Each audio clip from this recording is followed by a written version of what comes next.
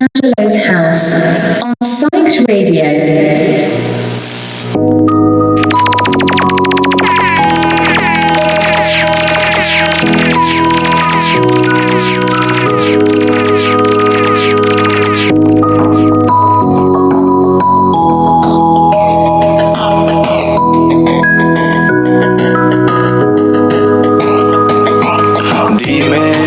Sucedió.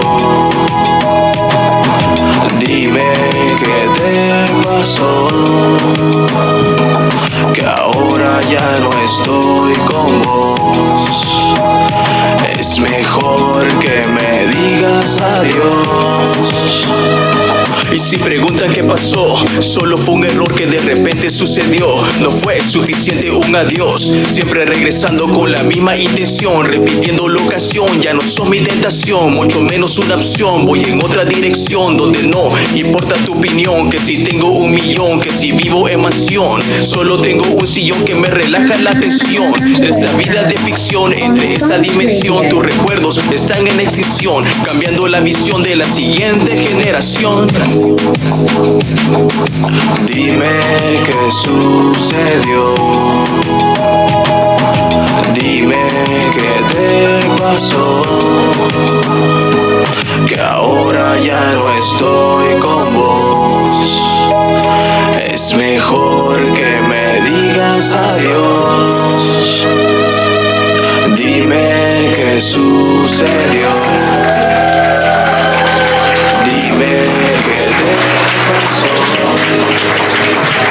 Yo, we're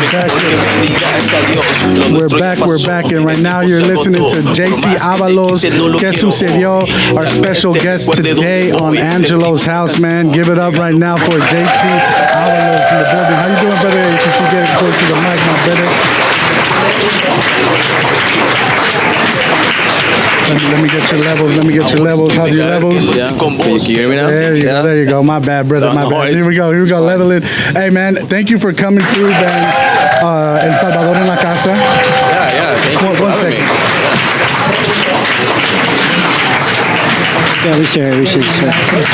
Yeah, we're just fixing the wind situation over here. Hey, man, thank you, bro. Thank you for coming down, man.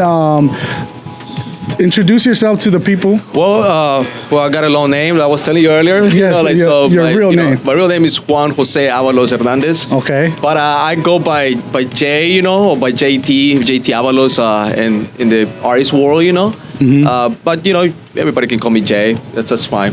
That's dope. So, cuéntame un poquito de este sencillo, ¿qué sucedió? Talk to me a little bit about what inspired you to do this record, and tell me a little bit about the record. So this song, I wrote this song a while ago. I was going through some love story, and I wrote it probably 4 years ago, but I just got the chance to release it recently.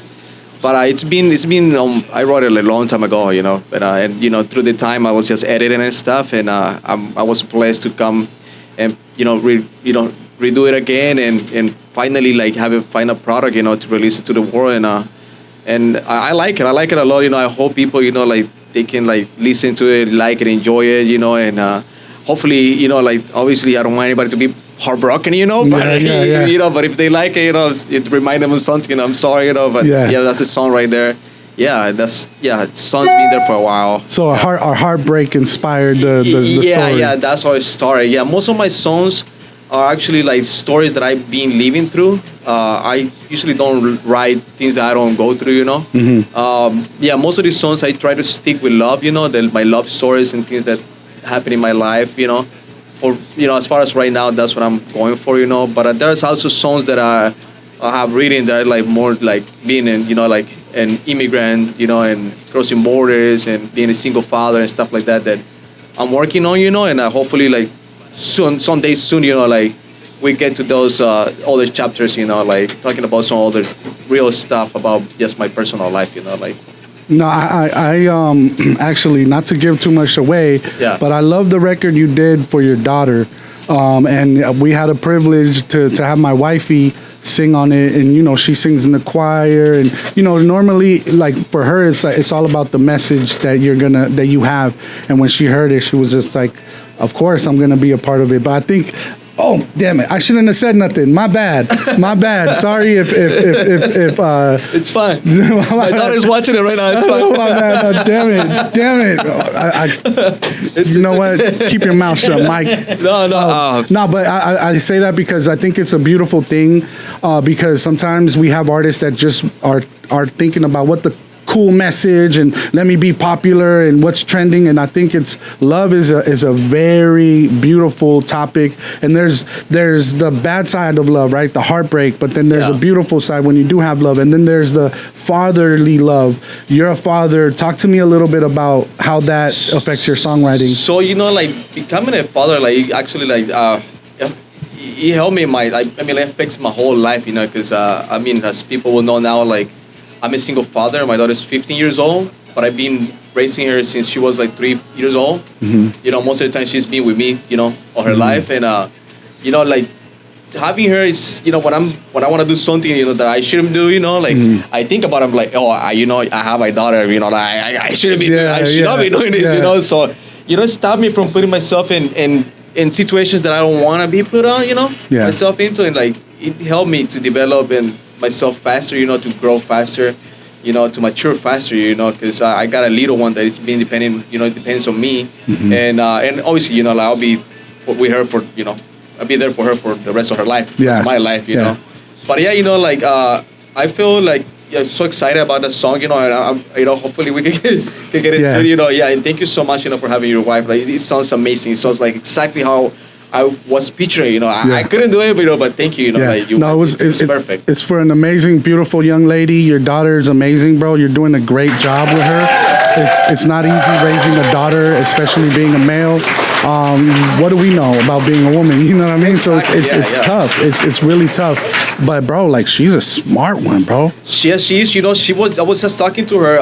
She was talking to her counselors, and apparently will be graduating a year before. Wow. So yeah, Congratulations. Congrats on that. Yeah, she's like, she wants to go to MIT or some other universities, and I'm like, I'm all in, I'm there to support her, and like I just want to see her happy, and raise a good woman, like raise a good human being, Yeah. Now you're doing it, man. Real quick, man. We got Easy. What's up, Easy? How you doing, brother? What's going on? Aquí nomás en la casa. Man, we've been running around. We had the video shoot right now. We had a workout. We went to Sutro Baths, and then we didn't know how down we had to walk, and then that walk up all those stairs, and with camera equipment, it was just, we're a little gassed. But I felt like a tourist in my own city. But Easy, he's my co-host. He's my business partner. He also does design, man. But how you feeling, bro? Good, man. She's enjoying the nice weather that we have here in San Francisco. Beautiful day, man. We're a little windy, but nice. We got the cable car outside. We're right in front of the Market Street. We're gonna jump back and forth, but I really want to just talk a little bit about like the sobriety side of what we're doing. We got a couple guys. Shout out to our guys out there that are listening. Some of our radio members, they're not here right now, but a lot of them are going through sobriety. Shout out to my drummer. He's okay with me sharing this. He got his 4th DUI, and he works with a very dope union. It's an elevator union. So he crashed his truck, and after that, he realized, okay, 4th DUI that's my time to give it up. I can't control this. But he is 8 months, going on his 9th month of sobriety, and the first time in his life that he's been, that sober, just clear-headed. Some of us could handle alcohol, and it's not to bash alcohol because, some of us still have a drink. Some of us that could control it, but some of them have like some inner demons, and that's including myself. I can't. I wish I could just be that guy that could just be drinking a lot, but I can't. But this right here, Palace Beverages, it was so delicious. First of all, let's talk about how I discovered this. We did a video shoot at 1015 Folsom. Shout out to 1015 Folsom. Beautiful place. And man, talk to me a little bit about this drink, and can you introduce the guests that we have? So I got in touch with this drink because my friend Shingo was telling me about her friend, and she made this drink, non-alcoholic, and since I've been sober I was, I want to try, So I tried it, and he got me in touch with Diane, and and that's how I got introduced to it.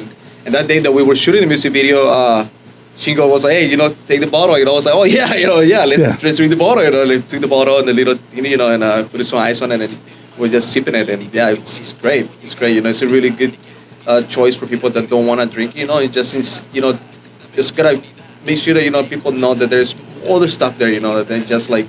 Because me, I just drink ginger, ginger. I don't want to be drinking ginger all the time. So, might as well just drink something else delicious, Yeah. Yeah, and that's how I got introduced to Diane, and we've been talking about it, and I'm trying to help her, connecting with people and see, the more people get to know her product, the best, like people should know about this, Yeah, no, it's amazing. Thank you, Diane, for coming down. Can you talk to us a little bit about Palace Beverages, and when did you start it, and what inspired you to start it? My best friend died from drinking when I was 22, and then when I was 25, I finally quit drinking, and I realized there was nothing for me at the bar, like at all whatsoever. It's like Red Bull or juice, and I just figured there has to be something in between. There has to be something good, but there wasn't. So I just made it. I launched it about a year and a half ago in San Francisco, 1015 Folsom specifically, and it's just a great drink for non-drinkers or people that want to take the night off or even switch between alcohol and Palace, and still have fun and not have to drink, which is apparently a revolutionary concept. Yeah. That's amazing. So you said like when you were 25, so I was like about a year ago when that happened. I'm 30 now, so it took me some time. I still, I had to quit drinking, but it was kind of like an on and off thing. And, when you finally stop drinking, like the whole world opens up for you. And I think if more people knew this and more people had access to things that were better for them, they could make better decisions when they're out. So that's really the concept. So when you decided to stop drinking, how hard was it? What worked for you and what didn't work for you? Because I assume you probably tried a couple times, maybe. Yeah, it definitely takes a couple times. It's progressive, and then when you go out, it's super awkward. Like you almost feel like you don't know how to go out, and everything is kind of like not made for you. So I just wanted to make something to make people feel welcome and like included in spaces that are nightlife and things that you typically think of like alcohol.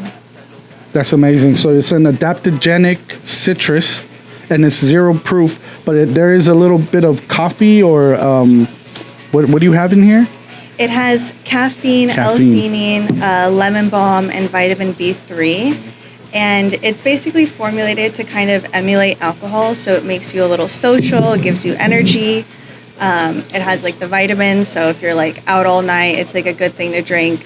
And you can kind of just drink it instead of alcohol, so like in soda, on ice, in like a pina colada, like literally anything you want. And it's really good. So this kind of defeats the purpose, but have you had any people tell you that they've mixed it with alcohol? Yes, yeah, 100%. My dear friend Shingo mixes it with alcohol all the time. Yeah. That's great. How do you feel right now? Because I feel like in the culture, maybe like 10 years ago, people weren't trying to go sober. But I feel like right now, at least I'm seeing a lot more people trying to go through, giving their body a break. And maybe if it's not a permanent, it's like, yo, let me just give myself a year of not drinking. Have you seen that in the culture more now? Yeah, I mean, when I got sober 5 years ago, it was still kind of like unheard of. Everyone still asked me like, why would you do that? And all this stuff. Like I was the bad one getting sober. And then now everyone does it, like dry January, sober September. It's like a non-issue now if you want to get sober. Everyone's like, oh yeah, for sure. Yeah. But 5 years ago is still very like weird to want to not drink. And were you always, because you work in the nightlife too, in the club life, right? So when you decided to go sober, were you in that industry already? No, I was not. I was a tech worker, but you know, what does any tech worker like to do at night? Like go out, like yeah, for sure. So how did you find that transition when? So now you're sober, now you're in the nightlife. Was that hard, or was that just like okay, easier for you because now you're a little bit more clear mentally going in that world? It takes a minute, but you do get there. But you do need like a crutch. That's why like I believe in my product or like whatever, like a Red Bull. But like you do need something when you're out. Mm-hmm. It's like critical. It's a social thing, right? You gotta like socially feel like you're part of. I mean, I think that's why a lot of us drink, because we have to be in the mix with everyone else, and so we're kind of like forced to drink. Because I'm a drinker, but I don't like to get drunk. I don't like to feel really buzzed. Just do like to, you know, to take off the edge a little bit. You're able to be a little more open with people. But I think that's the issue, that you think you have to, maybe the act, right? The act of drinking. Same thing with smoking. When they ask a lot of people when you're a smoker, just like it's the act of actually getting the cigarette, lighting the cigarette, taking that first drag. So I feel like alcohol is the same thing. Like most of us do it because everyone else is doing it around us. So when you have a product like this, where you don't feel so out of place, you know, you're like, okay, I'm drinking too, but it's not getting me, you know, it's not hard for my body, pretty much. So Yeah, I feel like for some of us, I mean, even at one point I was like that, but now I became like a caretaker when we go to these events. So it's like I kind of have to be on my P's and Q's. And also, like, I feel like when I drink a little bit, I'm a little, not aggressive, but I'm just like zero tolerant with the BS. I get anxious, you know what I mean? So for my anxiety, sometimes I used to have the cigarettes or have that drink because I feel like I'm running out of air in this club, and I have to be because I work in that field. But now throughout the years, I had to like just find what works for me. So in the beginning was Red Bulls and stuff, and now I could just literally have a water bottle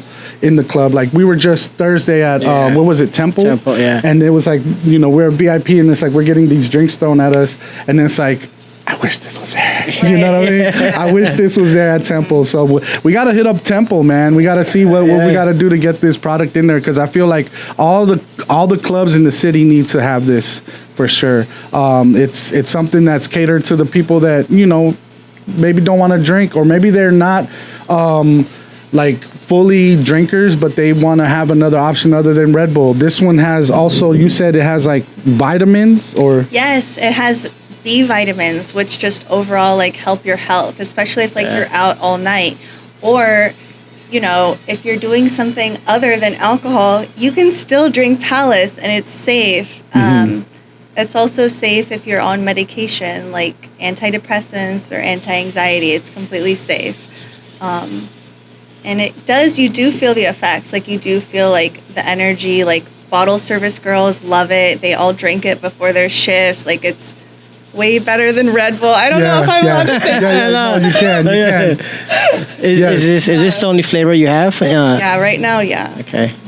But that's cool because you can make already, because I saw him make something, and then I was like, bruh, like I told my son about it. I'm like, hey, because my son, he's 17, but he's already adopting the sober, like he's never had a drink, or he's not really, that's not his thing, you know? And then I told him, hey, if you ever want to do anything, try it with your dad, you know what I mean? Don't try it with anybody else. But he's like, you know what? No, well, my dad had cirrhosis in his liver because of alcohol. He almost died. So for me, it kind of, you know, that resonates a little different. So for my son, he knows that. But I shared with him, like, I can't wait to share this with you because it's like not alcohol, but it's like gives that little feel, you know? Yeah. So I think it's cool. And that's also like, it's good that the kids also have something to look towards to, because I think at that age we're used to like, as soon as I turn 21, I'm gonna get that Patron, and that's cool.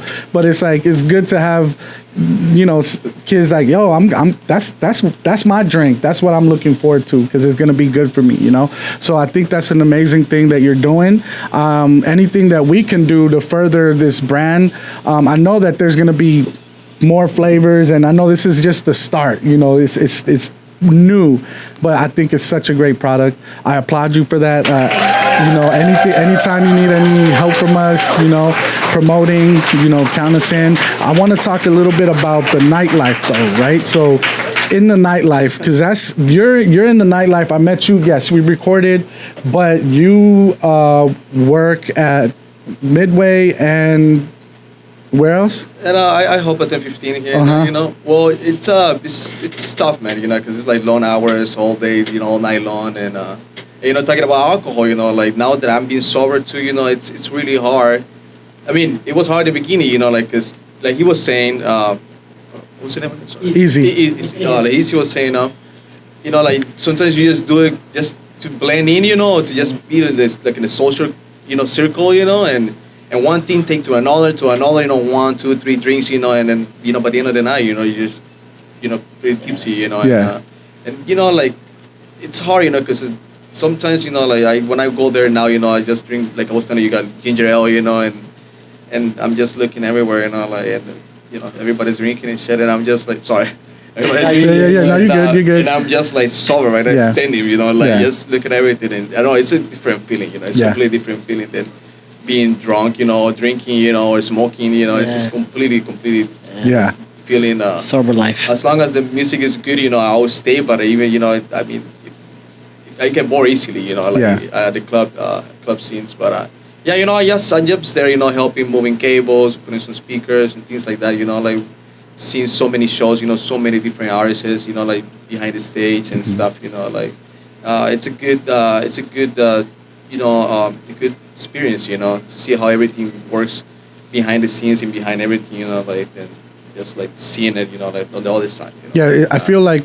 That's why I wanted to talk a little bit about that, because I feel anybody that's an engineer or you're in that scene or you're in the club scene, it's like the best training for artists or any business that you want to create. It's one of the most. I'm an engineer, bro, so I feel like sometimes we don't get the credit that we deserve. Even the people that do visuals, a lot of the time it's like they don't know how hard you got to be there early. I don't know if my brother could chime in too, because I know he was there from the beginning with the video stuff, and I would love to kind of hear like about what he does in his experience in the engineering world, right? Yeah. Yes. Bingo. I'm not an engineer. No, I just do the drinks program at the Okay, so but as far as like behind the scenes and doing like anything in the club world, talk to me about your experience in there and what how have you grown from you started and where you're at right now? Oh man, I mean I've been working in clubs my whole adult life. Yeah. By like 10, 15, it's like a monster that just keeps, you know, hopping up new heads every time you think you got something figured out, and it's going to come back and, you know, make trouble for you. And it's a good time, you know. It's hard to like keep it in mind when we're doing the thing, we're partying, like, or you know, we're facilitating a party. That's exactly what it is. It's supposed to be a good time.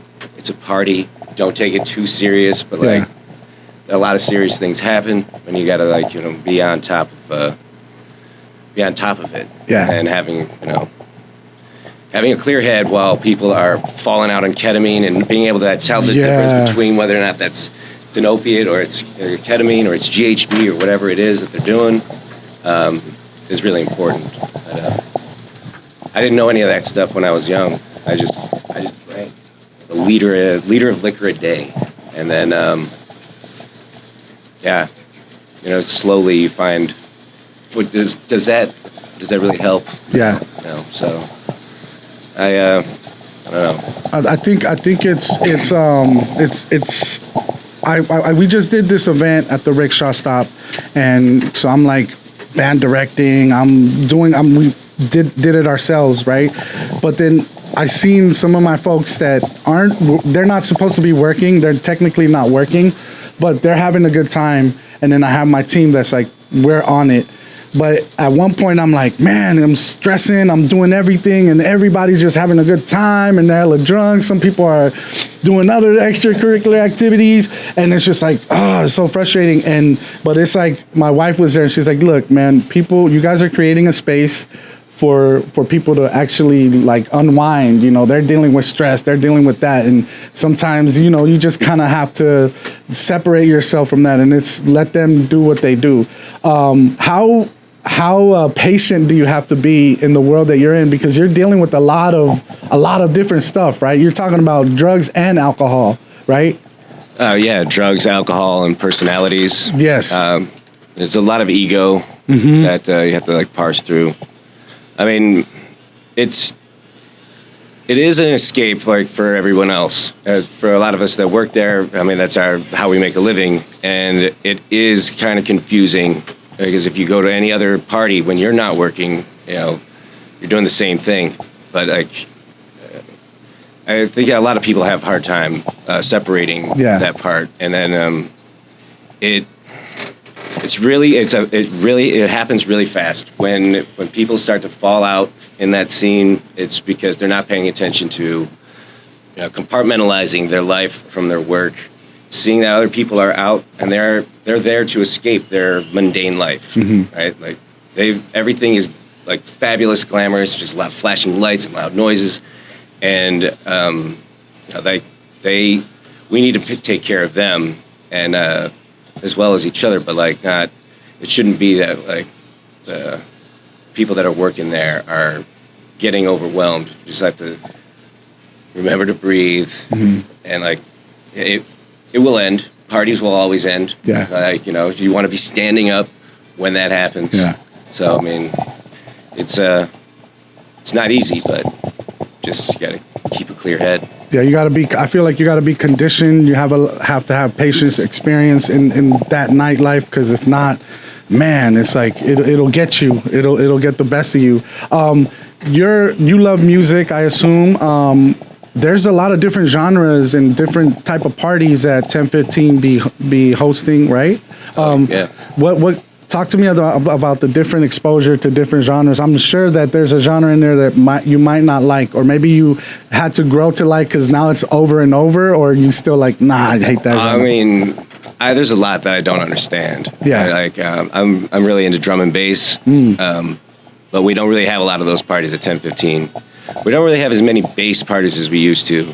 But now there's like genres that I've never heard of before. Like, I used to joke that everything was tropical house because someone said that, and I was like, that's not a thing. But apparently it is. But like hyper pop, that one's hard. It's hard to get into because it's over fast. It is not. It's overstimulating. Yeah, we had a hyper pop show. I can't remember who it was, but there was a drum and bass party down the street, and they came out with protest signs protesting the hyperpop show, and I was like, that's a great marketing thing to get people to find a different party. But yeah, we haven't had one of those in a minute, but I mean, every Saturday is the Latin night, and that's a tough thing to go through every week, because it's a lot. Yeah. The Latin party, they come out to party.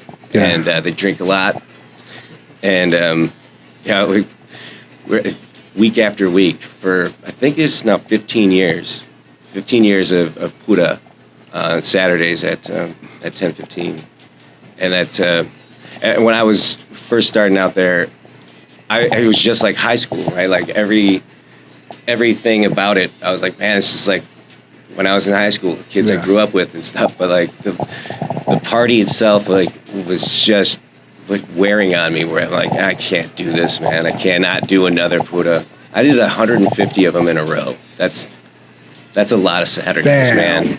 Yeah. Yeah, it's a lot of Saturdays, and that's been the whole 15 years. Has that been Fred doing them? Yeah. Damn. Yeah. I mean, during the pandemic, when we're shut down every Saturday, I would just be like, man, what I would give for a Pura right now, man. Just go and do that thing, go to that monstrous machine of a party. And I mean, it's come a long way, because the production going on there, what Fred's been doing is it's intense. Yeah.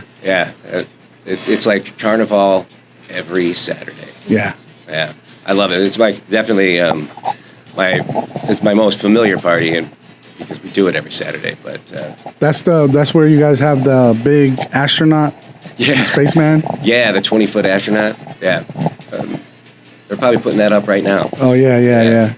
No, that's amazing. Yeah. So I'm gonna go do this after this. So have you seen like a change in musically in the culture just with the scenes right now within the last years, or has it been consistently? Without a doubt, there's many changes. Like 10 years ago, the bass music scene was huge. I mean, everything was a bass party and overly intense. Like when trap came out, like people were just losing their minds, loving it, throwing beer bottles at the DJ and stuff. You know, show them how much they love them. I was like, that's crazy. The kids nowadays are a little bit more reserved. They definitely drink more responsibly than I've ever seen. I've never asked for a water in between. I would just shot a beer, shot a beer. Like never have a water in between. Yeah. Or anything like that. They self-police themselves about drinking. Yeah. I rarely ever see them fall out. Yeah. But I think that has a lot to do with the pandemic as well. But musically, I think it's still the scene itself is still very much like in the head. You know, you want to escape in some way. It's just like maybe the genres are a little different, a little bit more mixing of things, like the EDM things that are out and about. They get brought into the reggaeton thing on Saturday nights, which never used to happen. Like the Latin house stuff and yeah, like I mean, you're hearing the Eurythmics and stuff. Yeah. I'm like, damn, that's crazy. Yeah.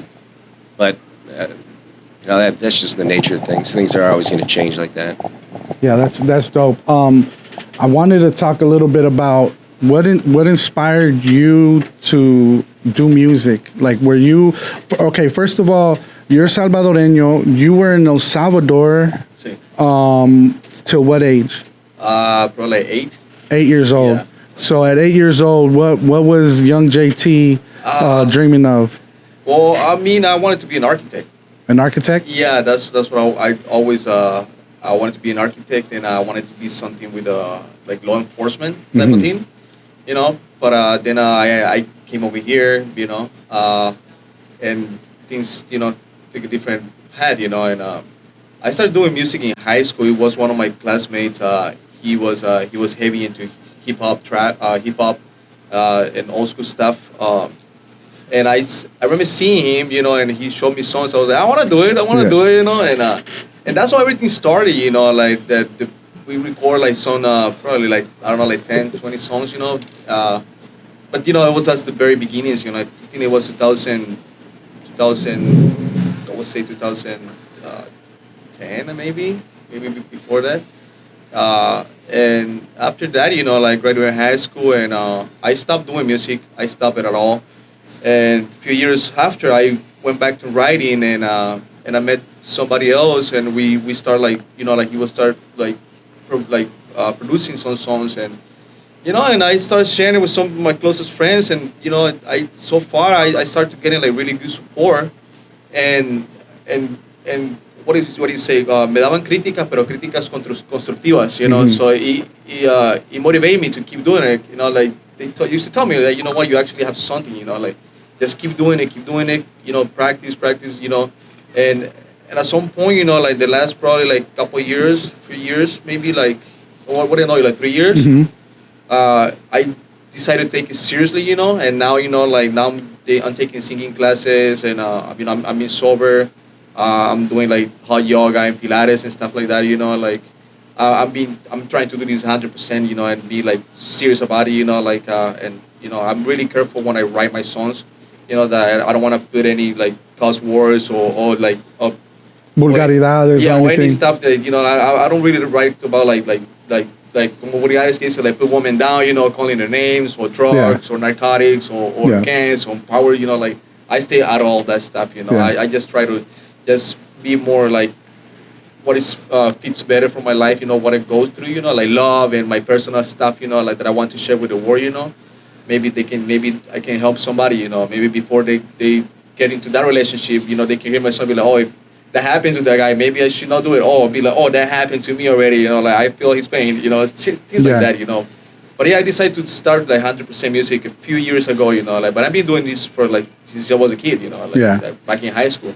But like I just for the last maybe like 5-6 years, you know, I just been like focus on it, you know, and just I want to do this like 100% full time, you know, at some point, you know, just I would love to start like opening for shows and stuff like that, you know, like yeah. I think it's great, bro. I think this is a race, not a marathon, right? And I think it's good. You've been at it for 5 years. But I think it's not until this year that you started taking vocal lessons recently, right? Yeah. And so I work with a lot of artists, and I tell all my artists, get vocal lessons. You gotta, if you're gonna be singing, you gotta open up your ear. You gotta train your ear. You gotta make sure that you know the note. Like if I say F sharp minor or F sharp, you gotta hit this note. All of that to have your. You got to train the ear, and I feel like that's super important, and I applaud you for that because it's not easy. It's not easy to open up the ear and to develop and to say, hey, you know what? I'm gonna invest into my vocal coach, and shout out to the vocal coach because she does amazing work, right? Oh yes, she does. She's really great. She's really good, really supportive. Like it's so like really positive, you know, like vibes and stuff. And she's always like, you know, don't worry, just take it easy, you know, but make sure that you practice every day when you're home, you know, and stuff like that. And, you know, she's really good. She's really good at like keeping like really the positive vibe, you know. Like, I always tell you, you know what, like you're doing great, you know, you're doing great. Just and don't force it, you know, don't force it. She always tell me, don't force it, don't force your throat, you know, like try not to scream and stuff like that, you know, like cause you gotta take care of your voice, you know. Yeah. Yeah, it's important. The last video that you shot, can you talk a little bit about that song and the video and when it's coming out? Oh, well, we shot it with you. So we showed this song, se llama Oportunidad, like chance. We just shot it like the 18th of this month, I think. At different locations in San Francisco, 10:15 with Shingo. Shingo let us stay there, and you know, we went on the rooftop. We went to this other view by North Beach. I had this song. I wrote it a long time ago. Again, you know, like my other songs, and I personally like this song a lot, you know, because I had something that I had to get out of my chest. I knew I wanted to do a good product, you know, like at the end of the day, I wanted to be like a good song, you know, like all like levels and everything, you know, like right, you know. But I wanted to do it because I needed to get it out of my life. It was something that I had inside that I need to let this out, you know. So I'm really glad, you know, that we were able. Thank you, you know, we were able to like shoot this song, you know, and I'm really excited. I'm really excited to see the full video. Thank you for sending me the short clip, you know. For sure. It looks really nice. I'm really excited. Shout out to Aunt Des. Aunt was the one that shot the video. Yeah, man. Aunt, yeah. He was. I'm sorry, I forgot. Yeah, all good. Yeah, man. Yeah, thank him. You know, like he did a great job. You know, I can't wait to see because it was a lot of shots. It was a lot of work. It was like, what was it, from 10 in the morning to like 5 p.m., right? Yep. I ended up being all burned. You know, baby was burned out too. And, but yeah, I think that, it's always a great experience, you know. It's always something new that I push myself to do, you know. And I'm glad I have like good people around me that they can tell me, hey, you know, like, do it like this or, you know, do it like that, you know, like, and, you know, so, you know, we can all work together, you know, and just to make a great video, you know, a great shot, you know. Yeah, no, it was a dope experience. I love 1015. I've been there a million times. Fred, shout out to Fred, man. We've been there since like he said it, like 15 years. It's been when Stylo was back in town, bro. That was like the go-to spot, like back then. And now to see where it's at now, how much has grown, even musically. At one time it was just perreo, reggaeton, and now they're incorporating the house, the urbano house. So it's dope to see the growth, but to see it in the inside when no one's there, that's nice, bro. That was like a little VIP exclusive, and to try the fucking fire ass drink, bro. That was amazing. We're putting everybody up on Palace. And speaking of Palace, we didn't talk about where we can buy and support, and you know, can you give all that information? Yes. So you can buy it on palacebeverages.com. We ship worldwide. And you can also try it at 1015, F8, the Continental Club, Monroe, and a few other clubs in the city. Amazing. So make sure you get that. Can you give your social media, the Palace? At Palace Beverages. At Palace Beverages. JT, your social media? I think it's at JT Avalos. At JT Avalos. JT Avalos is on all platforms and everywhere, like YouTube, Instagram, TikTok, Snapchat, X. Facebook. I think it's all. Yeah, but I'm more active on Instagram. Okay. I would say, yeah, and YouTube. All the songs go on YouTube, and obviously the music videos. Yeah, but if anybody wants any good updates, I would say Instagram. Okay.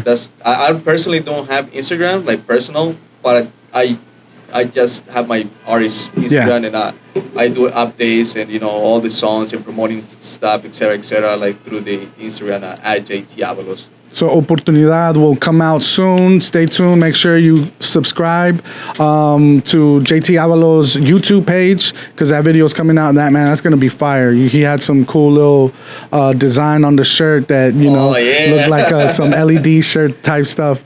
We made it happen. But and also to my brother here, Shingo. Shingo is the GOAT. Shingo's the GOAT, man. He's making it happen. Thank you guys for coming through. Do you have your social media? Not really. Okay, cool. If you know Shingo, you know Shingo, man. Yeah. That's dope. I love it. Thank you guys for coming down. I'm gonna bring you down again when you drop the video. Anytime you need anything, we're here, to support. Thank you for coming down and sharing and creating this product. For real. Thank you. This is an amazing product, and I know that this is just the beginning, So thank you guys for coming down.